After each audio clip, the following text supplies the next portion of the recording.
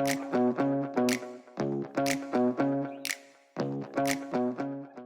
had a belt around my neck. I lived in a concrete unit, one bedroom unit. And I punched some walls. I had a broken hand, and both hands were bad. One was broken, one was dislocated wrist. A belt around my neck and could not stop crying, like uncontrollable crying. I just had enough. I'm glad I went through it. I'll never pick up another drink or a drug again. It was pretty hectic at rock bottom. Some stories take decades to tell, not because the truth isn't known, but because the cost of speaking it can feel too great. For years, Rod Owen was known as a talented young footballer, a player chasing the dream of elite sport. From the outside, it looked like success. But behind that dream was a silence that lasted for decades, a silence that shaped his life. Like many survivors, Rod carried something no one could see, something that followed him from childhood into his football career, into addiction, and into a life that at times felt impossible to escape. For years, he tried to outrun it through sport, alcohol, through drugs, through silence. But silence has a cost. It changes how you see yourself, how you trust others, how you survive, and sometimes the weight of silence becomes too heavy to carry alone. In recent years, investigations, including reporting by Russell Jackson, have revealed just how many lives were affected by what happened decades ago. But behind every headline is a human story. Today's conversation isn't about scandal, it's about survival. It's about what silence does to a person over time and what happens when somebody finally finds the courage to speak. Rod Owen, welcome to What I Wish I Knew at 30. Thank you for coming back and joining me for a second time. How are you today? Good, thanks, Fran. Thank you once again for having me back. Of course. And today we're going to talk not necessarily about just what happened, but Rod, I want to go back before the trauma. I want people to understand who you were. Who was young Rod? What kind of kid were you growing up? Well, I'd like to think I was a kind, happy-go-lucky sort of kid. As I said in the previous episode, we had a normal upbringing. We had, all the luxuries back then, sort of, pool table, a table tennis table. We played putt golf out in the backyard. We had a lot of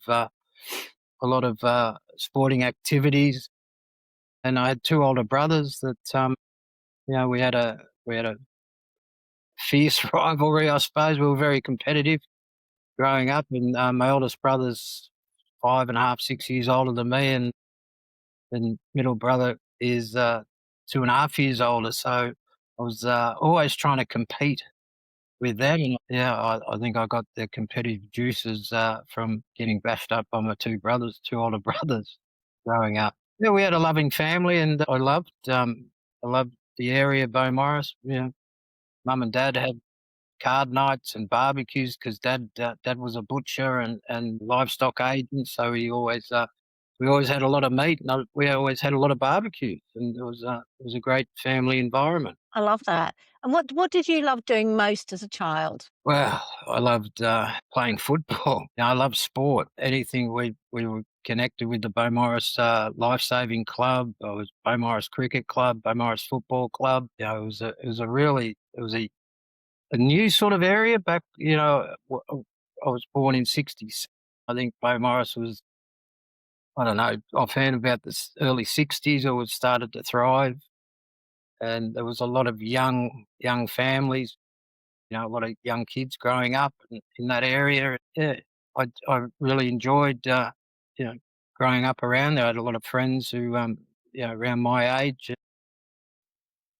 Yeah, it was a good place to grow up. And what did sport represent to you back then? Well, it was everything. I mean, my father was just so passionate about the St Kilda Football Club. It was almost ridiculous looking back. Like the TV, trying to explain to kids now what it was like they're so spoilt with every modern con they've got now. But back in the day, we used to get the Sunday morning replay, for an hour, and then at night was one game, for half an hour of football replay, and we'd always be in front of the TV watching it, and then going off and outside and practicing, what I'd seen on TV and kicking, unbelievable goals like they did on the TV, and just emulating, my heroes of that time. When you were playing football as a boy, what did it feel like? Yeah, it felt release. It was a way out of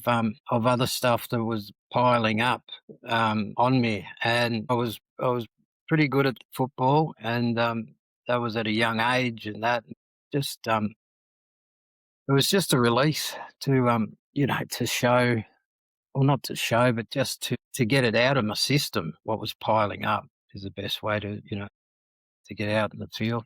What age were you before all of this started? Well, I remember starting Morris junior football. I reckon I was 5 or 6, walking down the street in my Rombarassi boots and shorts, and joining the other kids down there, and just having kick to kick, and just, loving being with your mates, having a kick and that. And yeah, sort of at I just, I reckon about 8 years of age, things started to turn 9. I recall, you know, Beaumaris primary school teachers that, you didn't want to go to their sort of class, but you had to, and all that sort of stuff. The library teacher, when we're in, I reckon, grade 3, he was started to, this perpetrator, started to, call you out and put you on his knee, and then have roaming hands going everywhere, and fingers, and he just didn't want to be called out to have to go and sit on his knee and read a book in front of other kids. So when you think back before that time happened, back to that young boy when you were still enjoying your football, when everything was young, it was innocent. When you think about that boy now, what do you miss about him? Everything. I think back in moments of meditation and that, and think what would have been, what might have been, what could have been. Um, they take your innocence. What sort of person would have I been without being raped? And the violence that I lived with, and the pain and the agony and all that's just, I know life isn't easy. It's tough on everyone. But, to have this happen to not only myself, but so many others, that it just changed the whole environment of growing up, of, what Beaumaris could have been, because there's just so much evil, you know, that happened. One thing that, that sticks in my mind, and I just can't believe that, you know, teachers knew that it was actually happening and it was going on, and they just turned a blind eye, or they were involved with it as well. It was a pandemic. Really, when you look, when now I know what's gone on, it's ridiculous. It's hard to believe, hard to fathom. And how does that make you feel that the people that you should have been able to trust the most were actually the ones you couldn't trust at all? Well, once I'd got old enough to start numbing my feelings and emotions, and drinking and drugging at an unbelievable rate, it was just the total disregard of anyone in authority. That, bouncers, coppers, it's, especially priests. It goes.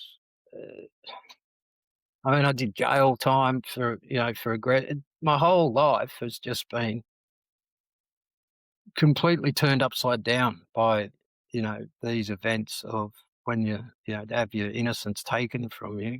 It just turns you into something that, no one could explain. My behaviours when I'd go on benders, and they'd just, who knows what they'd think, but not many people wanted to be around on day 3 of the bender type of thing.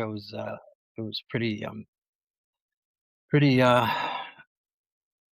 antisocial behaviour, not trying to always cause mayhem, but it ended up, uh, there was always lot of fighting and, obnoxious, Did it unruly behaviour. feel like mayhem to you at the time? No, it didn't. It didn't because I didn't care. Seriously, I didn't care if I lived or died.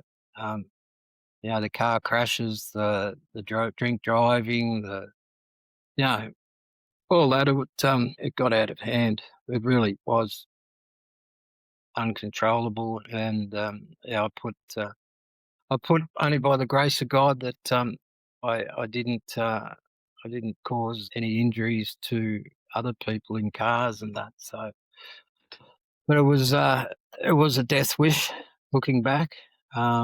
Even now, I, 7.5 years clean, and sober, I sometimes have flashbacks to what occurred, and, I'm guilt-ridden, but, yeah, that was then, this is now. What emotions were you feeling as a what emotions were you feeling as a child when you tried to tell somebody that Well you what was going on and it wasn't received, it wasn't heard?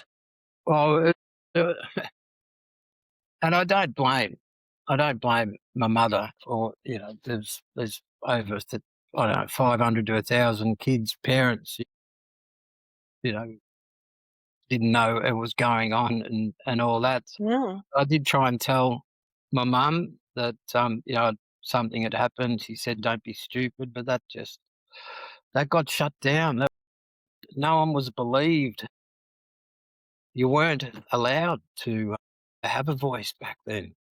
I felt alone. I felt not no one's gonna believe me. It's a lonely place, when you've gotta hang on to this, and then you've had to see them, at school, and then you had to try and dodge them, more to the point, around. But he was my cricket coach, and, he'd try and do stuff there, and, everywhere you went, it was just, you just didn't wanna be around them. And when you tried to speak and the world kept moving, what did that teach you about your voice? Well, as a kid, growing up, you just didn't have a voice.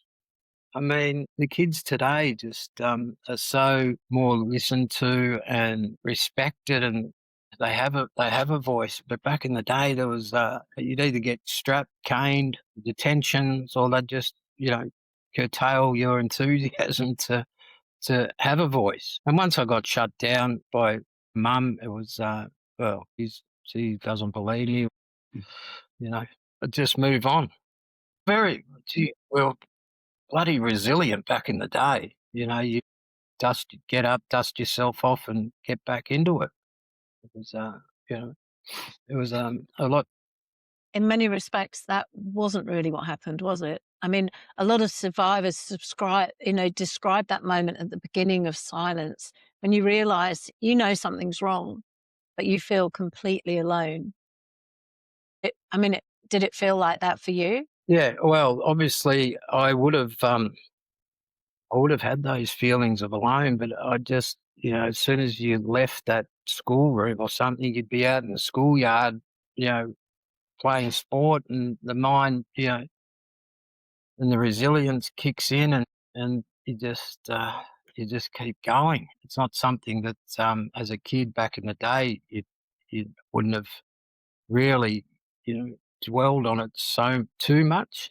I knew it would Mm. happen, but once football, I could get out in the field and try and run through people, and British bulldog back in the day, and all these other sports that we used to play that you're not allowed to these days apparently. But it was just No.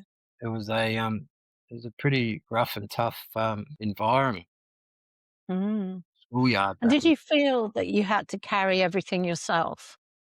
Did you feel at this point now that nobody would believe you anyway? Pretty much, yeah, pretty much. And then on the other hand, you didn't want the other kids to find out what had happened, because that bullying was such a massive thing back in the day. It was incredible. And I know it still goes on, unfortunately, in the schoolyard now. But if they had have found out what went on then, and I don't think I could have coped too well with it. Like I lost a great friend at 14, 15, Westy, who took his own life, through, I hope I'm allowed to say it, through being, obviously molested by this perpetrator, and I've lost a lot of, 6, 7, 8 through suicide that I know of, and many others that have attempted it through this, through being molested. Mm. What did the silence actually make you believe about yourself? It's a tough one, it's getting very vulnerable now. Well, a lot of self-worth, a lot of, they tried to knock the shit out of you. You know, what why do you wanna keep going, Is this what life's gonna be like?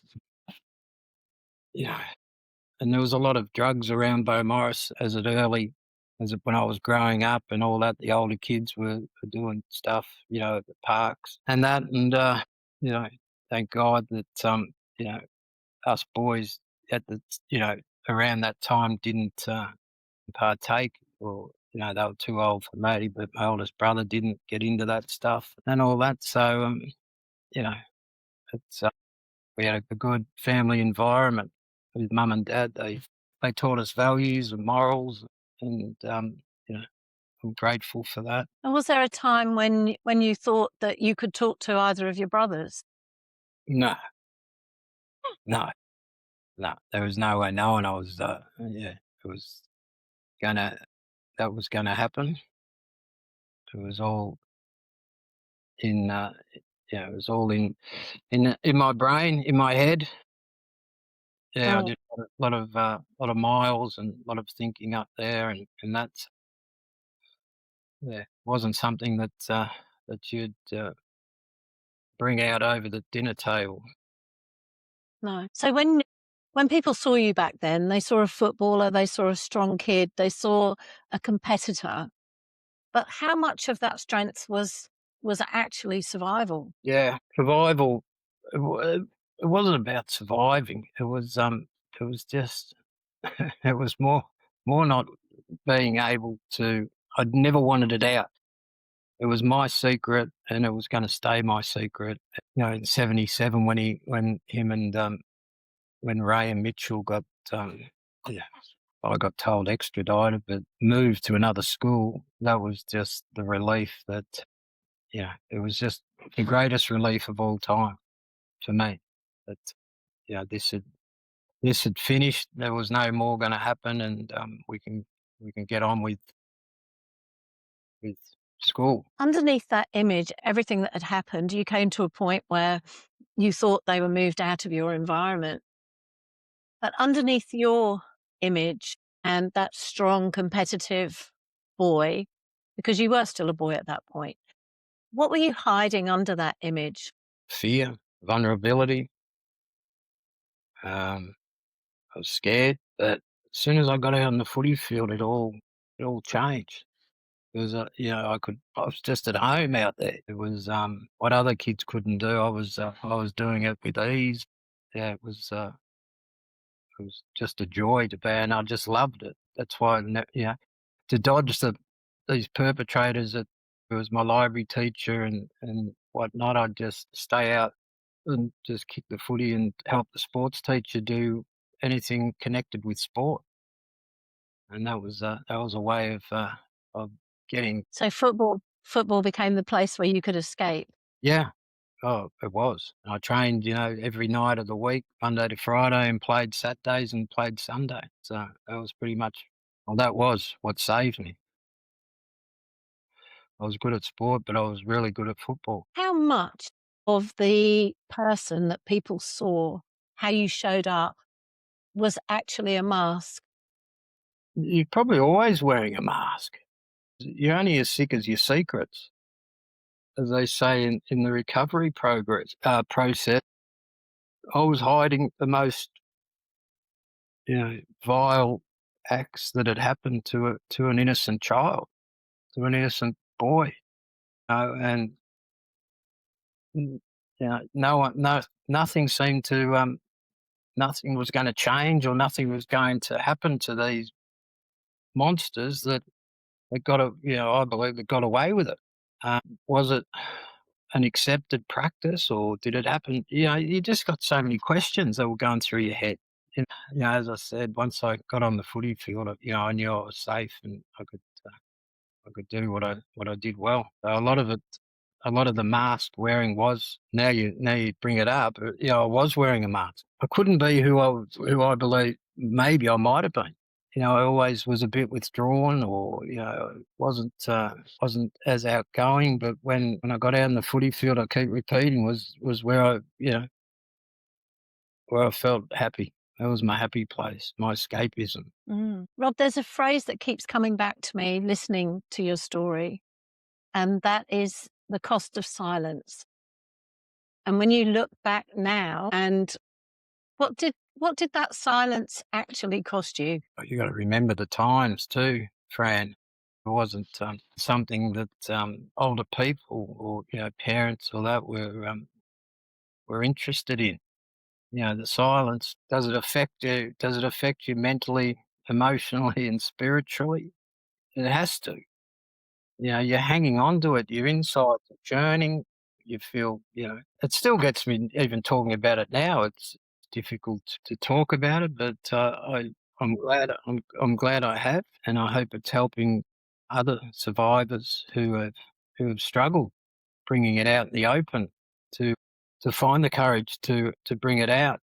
Um, the silence, it's my injuries. Does it affect you physically? Did the body grow to its full capacity? Did the mind, did the brain, all these, what the effects of trauma have on an undeveloped body?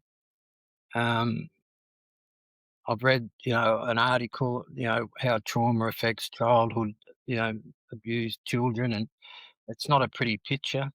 And I'm lucky that I got out from my abuse of alcohol and drugs, which and gambling, which was very close to killing me. It would be fair to say it cost you years of your life. Yeah, yeah, easily, easily, it cost me a lot. The pain it's caused. Not only for myself, not only the broken bones, the injuries, the drink driving, the car crashes, all that. It's the pain that I caused my family, and especially my two kids who saw it firsthand growing up, and that nearly brings a tear to my eye. Just how not ashamed. Well, I am ashamed of my actions, but and that's what it's done to my kids. And over the last 7.5 years, we've got a beautiful relationship now. But before then, it was just madness. It was chaos. That's all it was. But I was still functioning in my mind that I was going to able to go to work, which was concreting, and then as soon as I had a break, I'd be sculling at King Brown, a bottle of beer, and whatnot, and other concreters who, that was the trade. That's the trade. It is, you pour a slab, you drink a slab, and that was fine until it wasn't, and I hit rock bottom, and you know that, the kids saw it, but before then there was everyone had dropped off, the two, bar my youngest daughter Zoe and my fiancee Kylie. They were they were the two rock solid ones that were the only two that wanted to know me at that stage. What was the hardest part of carrying the silence? Not carrying it was well, just slowly but surely tears you apart. That's my belief, and that's what happened to me. It's just it's like addiction, until the progression of addiction till you hit rock bottom. But hanging on to this, yeah, what happened to me was it was just killing me slowly but surely. It was going to kill me, and and it nearly did. It nearly did kill me. And then this story, and I wouldn't be here talking to you, and none of this would have taken place because after surviving, getting into rehab, I did 3 months, and then I met Russell Jackson and told my story, and here we are today. So I'm blessed in a way that it's got to this stage, and it's still a journey. We're still on the path to getting justice, and one day at a time. Mm. I mean, for many survivors, the trauma doesn't disappear, it just finds other ways to show up. And in your case, that meant alcohol and drugs. What were you trying to escape during that time? It was all the abuse all the molesting that had taken place at Beaumaris Primary School, then St Kilda Little League. The same perpetrator as my library teacher used to drive us to St Kilda Little League and then to train, and then on game day on Saturday, St Kilda Little League. And then it went on to Mentone Grammar, being molested, when I was older in other ways. We've just got to get on top of it. It's just, ridiculous that these sick people find it sexually gratifying to have power or what over children. Like, it's just a sickness, and we need to bring in harsher penalties. Like, even the death penalty to stop it, because what they've done not only to me, but what they've done to me is something that I wouldn't wish on my worst enemy. People can look now and say, "Oh, you've recovered, you're this, you're that," but I mean, they don't, walk in my shoes for a day and see what you have to go through. Um, every day is a battle. My fiance and myself went for a drive yesterday through St Kilda, and we saw all the people out, for St Paddy's Day, all out having a beer, and it just, it brings up PTSD, and what would it be like if I had won? It's a battle every day, but it's a battle I'm gonna win. And Kylie's with me 100%. And as I say, it's one day at a time.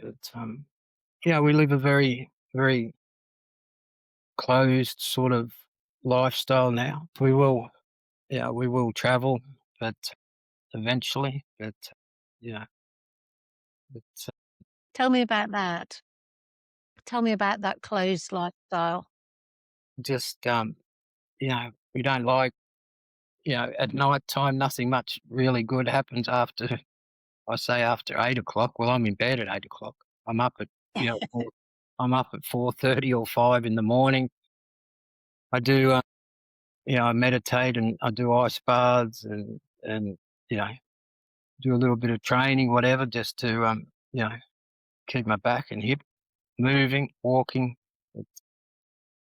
Yeah, and we very rarely, you know, venture out at night because, maybe I've got chronic PTSD, along with a few other, other issues from, all the abuse and all the alcohol and drugs, and it really does affect me around, people who are drinking, getting loud and all that. It just, doesn't, it doesn't go well, doesn't sit well with me, but, if you can do it and, you can manage it, beautiful, enjoy it.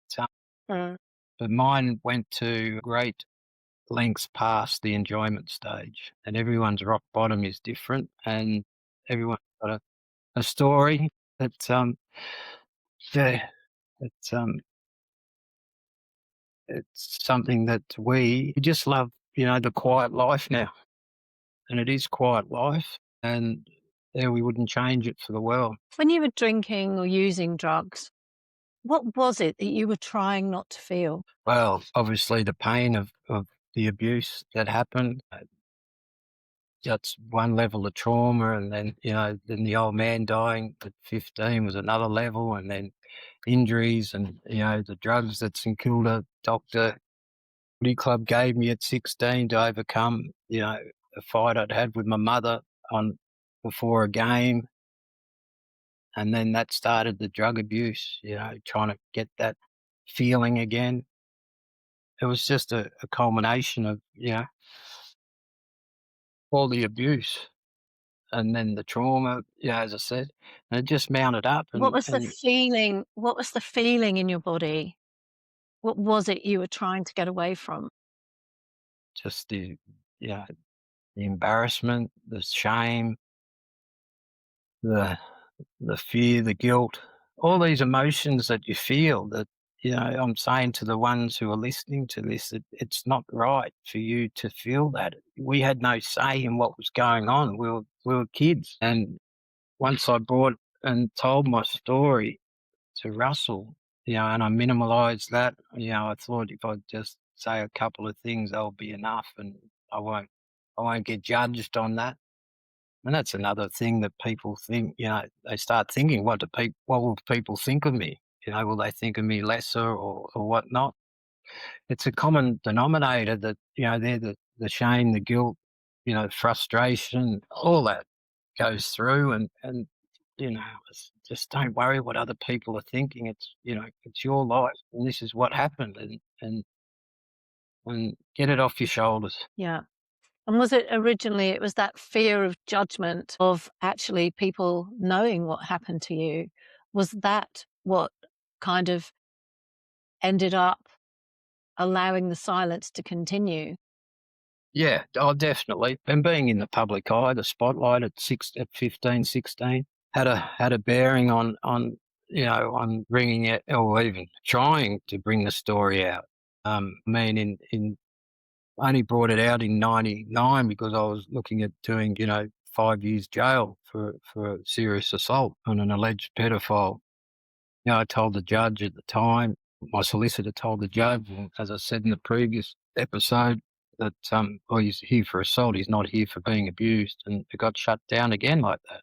And that judge, this is hilarious in my sick sense of humour. The barrister who represented my perpetrator is on the board of St Kilda right now. He's a board director of St Kilda Football Club, and he represented my perpetrator. And the judge was Judge Betty King's good friends with him. And this is how the circle of people, in sport, in law, they're all connected. It's all connected, and this is why it's been such a battle for me to be heard, and yeah. So we're getting it out there, but it's taken a long time. But we'll get there. You've spoken openly, Rod, about rock bottom, about hitting rock bottom. What did it actually look like for you? Wow, it wasn't pretty, Fran. I had a belt around my neck. I lived in a concrete unit, 1 bedroom unit, and I punched some walls. So I had broken hand, and both hands were bad. One was broken, one was dislocated wrist. Yeah, belt around my neck, and could not stop crying, like uncontrollable crying. I just had enough. But once again, I was too gutless to actually go through with it. Um, Lucky the belt didn't find the pin. The belt was a bit old and that, but yeah, it was well, in a sixth sense again. I'm glad I went through it because I'm never going through. I'll never pick up another drink or a drug again. So if that's the pain you have to go through, well, I'll only do it once because phew, it was it was pretty hectic at rock Was bottom. there a moment when you actually thought, I might not survive this? Well, after all the OxyContin and every pill I could find, and I'd actually swallowed all the oxys, and I made it up to the doctors. And this is not, before the final rock bottom, but leading up to it, I'd had a hip operation. I went back to the doctors and got OxyContin and made up that my pain was worse than it was. And she handed them me a packet. And next day I went back up there apparently and asked for more. And she said, "You were in here yesterday." And I went off my head. I said, "Rah, rah, rah." And anyway, apparently she rang the cat team and they were watching me for a few days and I was getting right out of control. So it was how I survived that's beyond me, but the higher power was looking after me, and we're here today, and I just really want to help others to get out of their heads and have the courage to speak of what took place so they can get to a place where they feel happy and they can find some peace. And how will that make you feel when knowing that you can help others now? Well, that's what the 12 steps all about of recovery is, to help the still suffering addict. Yeah, I've got some ideas in the future, not too distant future, of reaching out and of seeing if I can help others. Because, yeah, as you hear, if I can do it, anyone can do it. But it's not that easy because, we've all got our stories and everyone's different and people handle trauma differently than others and all that, as my psych tells me. It's unfortunately, you got to hit that rock bottom, it shows, before you come to the realization that, you know, that the drugs and the alcohol is not the answer. It's a process, and I hope anyone watching this can reach out and get the help they need. You've spoken about the moment your daughter confronted you. She told you she hated you. Take us back there. Wow. Well, it's a it is a turning point of what I really needed to happen to snap me out of my where I was heading. Um, and walking down Bay Street, and she hit me in the stomach, and it was, as I said, it was a good one, and I just got it. That really changed the course of my life. I never thought I was that bad, but when your daughter, who's 15 or 16 at the time, says what she said, "I fucking hate you," that really hit home. And I went home and few a week or so time, then I don't know exactly, but I was in rehab not long after that, and the best move I've ever done. What happened inside you at that moment? My whole heart just dropped. Everything. I'd never sunken that low before, and I'd been pretty low in life before. Like I'd had, you know, 3 or 4 nervous breakdowns, I reckon, just and fought my way back up. And but that really, when for someone who I love so much, my 2 daughters, to have that happen was the, catalyst to end up going into rehab, and, she flicked the And did switch. you feel shame at that point? Was it grief? Yeah, Or was there a clarity? no, well, there was a lot of shame, the street was busy, but who knows who saw it or whatnot, but, there was a lot of shame, a lot of regret, a lot of, sadness that, my life had spiraled this bad, and I'd decided that, I decided I wanted to end it. That poor self-pity, poor Roddy and all that, he's had a bad life, few injuries and all that, but, until I delved in and was prepared to have the courage to speak to. And I'm so grateful that, Russell Jackson's the best journalist, and I call him he's a great mate of mine, great friend now. We've got a healthy respect, and his journalism was the best journalism, and the story, what he's done, and his investigation work is amazing to uncover so many pedophiles in this state. It's great. But and for me to open up to him I minimalised it. I said, and that's what happened. But that's what you know people who've been molested do. I've been told. Mm. It was amazing to get it out there. I mean, speaking publicly about trauma like this it takes enormous courage. And before you spoke out, before you spoke to Russell, what were you most afraid of? Well, obviously, still being a drunk and a drug addict. Obviously, think of you know, what will people think, and oh, yeah.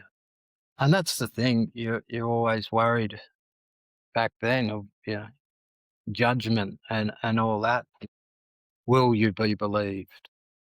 And I had no hesitation in knowing that yeah, I couldn't care less anymore. I was rock bottom. I had no fears or anything about, I was determined.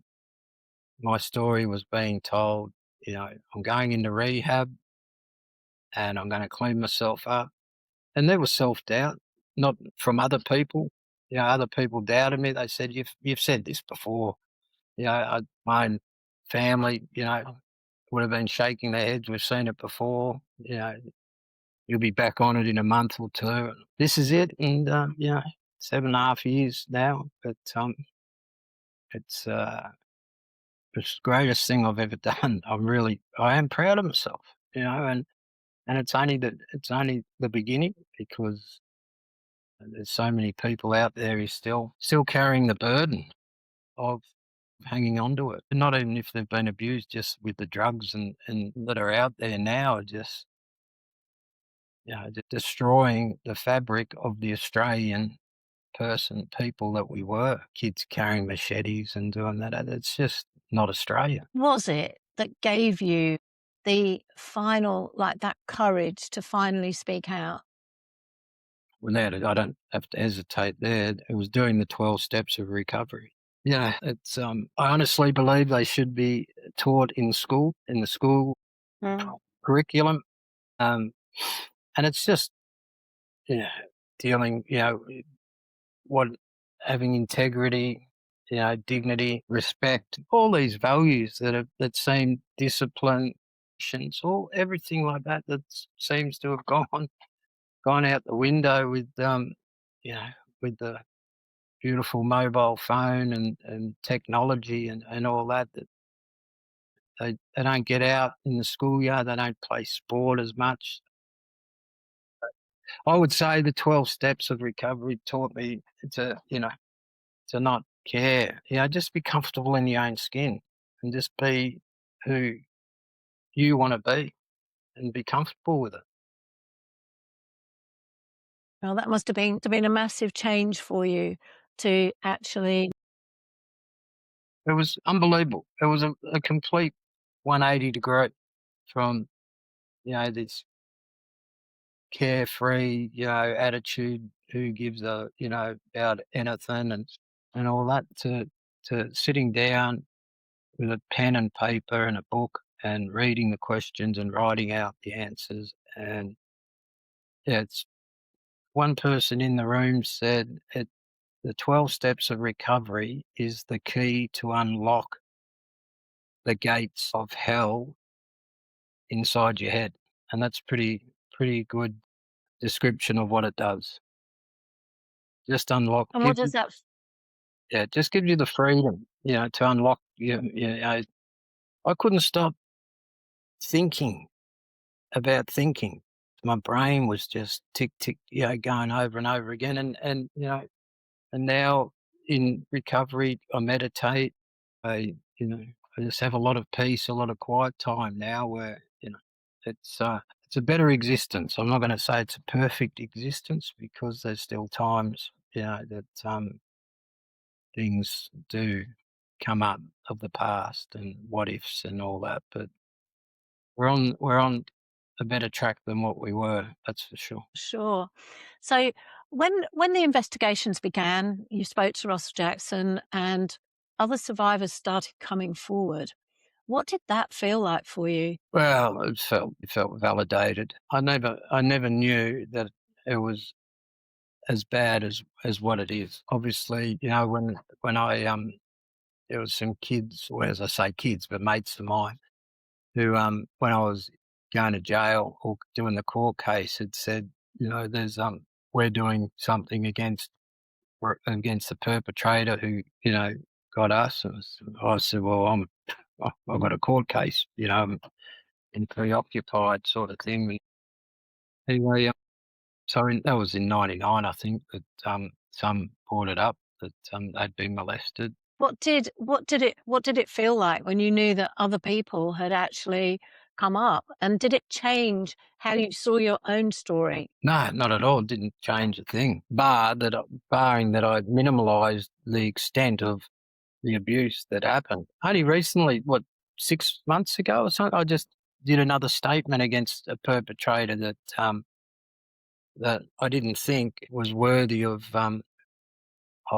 mentioning minor abuse. Like, that's how I don't even know the words I can say about myself. But the police person said, "Why didn't you mention this before?" I said, "Oh, well, I just wanted to mention, the main one." She goes, "This is disgusting behaviour, what happened." I went, "Okay, that's minimalisation at its best." Mm. Mm.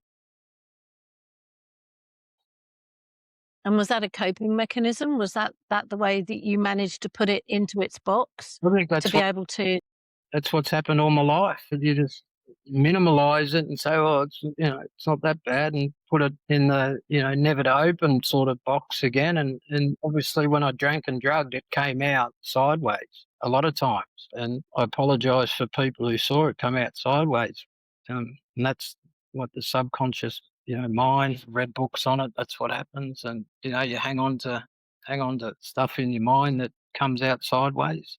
Like dark Mm. stuff that's like that. So, So when other people came out and started saying, "Well, actually, this happened to me as well," did that bring out anger? Did it bring out relief? What was the overall? well, it obviously, anger and relief, but how it was able to continue. Like, what we've found out, what Russell's found out now, is that teachers knew it was happening at Beaumaris, and they just turned a blind eye. You know, I could mention names now, but this evil Mrs. McGarvey, she had kids at the school as well. She was a teacher and she knew what was going on. I've spoken to other people when we have catch ups and that, and everyone's just gobsmacked that, how humanity can be so cruel or so thick. They think it's all right to ruin kids' lives for their own sexual gratification or exploitation or whatever. It's once again, I'll say it, you bring in harsher penalties. Like, it's just ridiculous that this kid who molested at the daycare centres, what's his name, Joshua Brown or something, that, he's on 70 charges and he's probably in a jail cell with a TV, air conditioning and 3 meals a day. You know, anyway, I won't say what I'd. So would you say now that justice is an important Yep. part of what's driving you? Yeah, justice is my number one aim to get, well, that's what it's all about. Like, some of these monsters haven't served, or if they have, they've served a very lenient time in jail. I mean, the perpetrator who died, last year or the year before, Ray, he would have molested over 5,000 kids, I reckon, easily. Like, he was coach of Little League for 10 years. He had Moorabbin Cats in the St Kilda Football League. The St Kilda Football Junior League has had 5 convicted pedophiles when they were coaching in 70 or 78, 70, 77, 76. Yeah, it all points towards a pedophile organisation, the St Kilda Football Club, I allege. And that's, and that's my main aim, to get justice and get, you know, and get them accountable for what they've done to a lot of children and myself, because here I go with mine. Yeah. For many survivors, justice can mean very different things. What does justice look like to you now? Well, You said it accountability. Is it acknowledgement? between all those things, I mean, I don't want to sound like I'm an evil, but the death penalty would be lovely. They ruined my life. I mean, like, well, how are we going to stop it, Fran? How do you stop this stuff going when it's so? There's no accountability. There's no consequences for their actions. They know they get a slap on the wrist.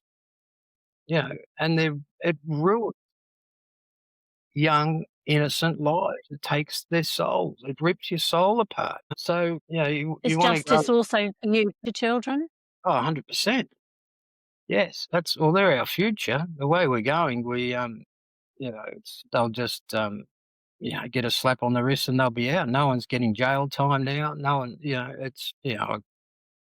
I might wanna be a politician, but nah, we need to do something's gotta change in the way we look at pedophilia, because from my experience, I'm just so happy and glad that I haven't accidentally killed anyone in a car accident Mm. or drunken rage or whatever. But there's so many more that have lived with worse pain that I have, I imagine, and yeah, something's got to be done to stop Mm. I mean, today, Rod, you're sober, you've rebuilt your life.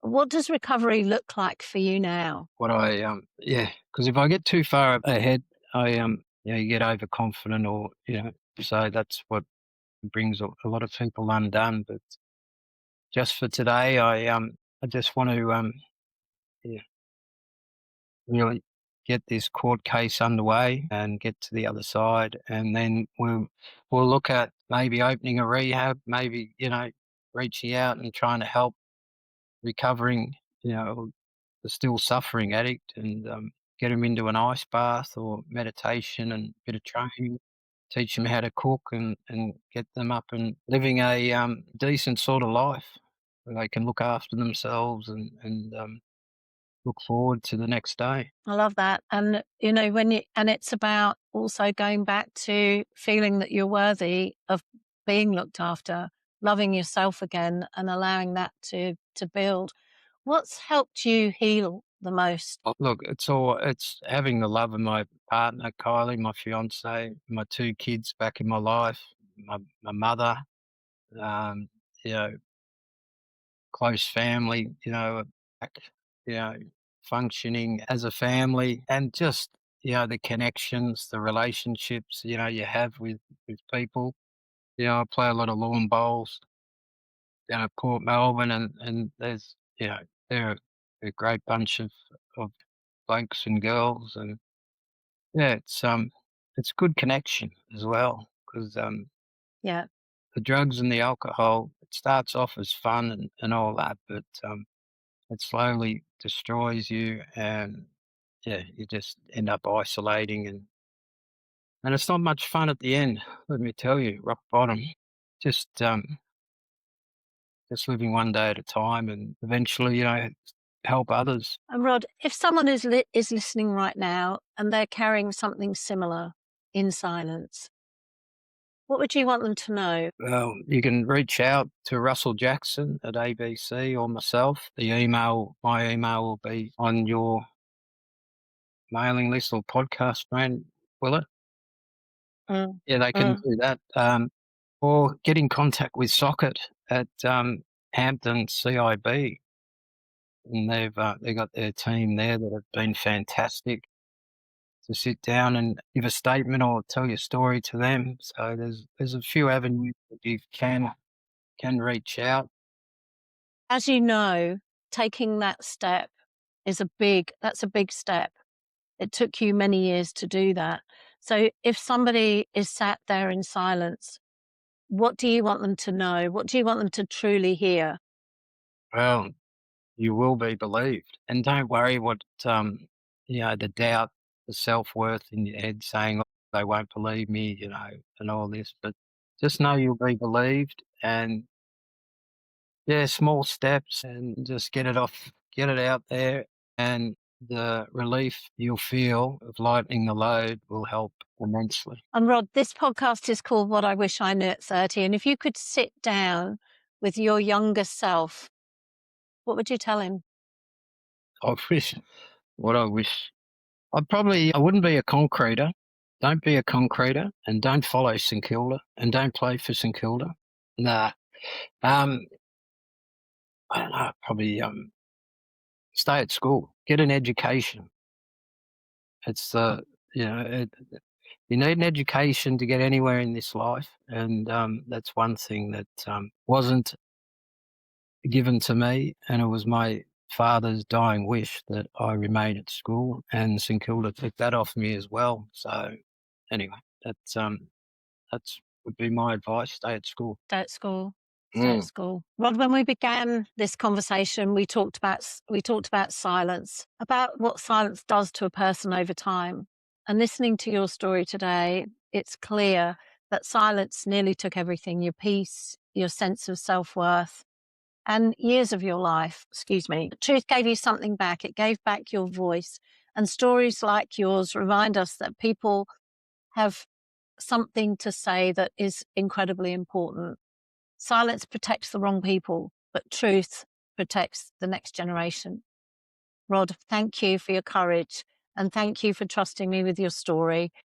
This hasn't been an easy interview, I don't think, for either of us, but I've got emotional now. But I just want to say that, you know, thank you so much. I know that this is going to make a huge difference to so many people. And thank you for having the courage to speak on what I wish I knew at 30. Well, thank you for having me, Fran. You're going to make me cry soon. Sorry. It's you're a superstar, and I'm so glad that we've crossed paths, and I really hope this does shake the trees, and a few people come out and tell me what they know about the St Kilda Football Club and the pedophile organisation. I believe they are. Thanks, Fran, once again. Thanks, Rod. And to all our listeners, wherever you are in the world, this isn't something that is just happening in the Melbourne area. This isn't just something that's happening in Victoria or in Australia. It's all over the world. Please spread this message. Please subscribe so that you can follow up on Rod's journey, and just share this, because we don't know who might need to hear this, that silence is an incredible burden, and being able to find your voice can be an incredible relief.